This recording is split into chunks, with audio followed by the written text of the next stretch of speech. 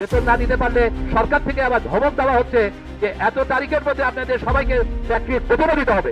মানে এনারা এমন ভাবে কথা বলে যে কলকারখানার শ্রমিকদের বেতন এনারা করুণা করে দেন, অথচ শ্রমিকরা নিজের মাথার ঘাম পায়ে ফেলে সেই শ্রম বিক্রি করে তার বিনিময়ে বেতন নেন। একটা কথা সবসময় মনে রাখবেন, শ্রমিকদের বেতন ভাতা বোনাস এগুলো করুণা বা ভিক্ষা নয়, এগুলো শ্রমিকদের ন্যায্য অধিকার। অতএব আপনাদের বেতন ভাতা পরিশোধ করতে হবে এবং সরকার যে সময় সীমানা বেঁধে দিবে তার ভিতরেই পরিশোধ করতে হবে। একটা বিষয় সবসময় খেয়াল করবেন, ঈদ এলে কিছু কিছু কলকারখানার মালিকদের শ্রমিকদের বেতন ভাতা না দেওয়ার জন্য চুলকানি বেড়ে যায়। এবারও তার ব্যতিক্রম ঘটেনি। কিছু কিছু কোম্পানির মালিকরা বলতেছে তারা নাকি গ্যাস পাচ্ছে না, ওনারা গ্যাসও দিবেন না, যার কারণে তাদের কোম্পানি বন্ধ হয়ে যাচ্ছে। যার কারণে তারা ভিন্ন সংবাদ সম্মেলনে যে সরকারের অব্যবস্থাপনা নিজের কোম্পানির দুরবস্থা সম্পর্কে বয়ান পেশ করেন। অথচ 24 সালের থেকে 25 সালে গ্যাসের সরবরাহ বেড়েছে, যা ক্রমান্বয়ে বাড়তেছে।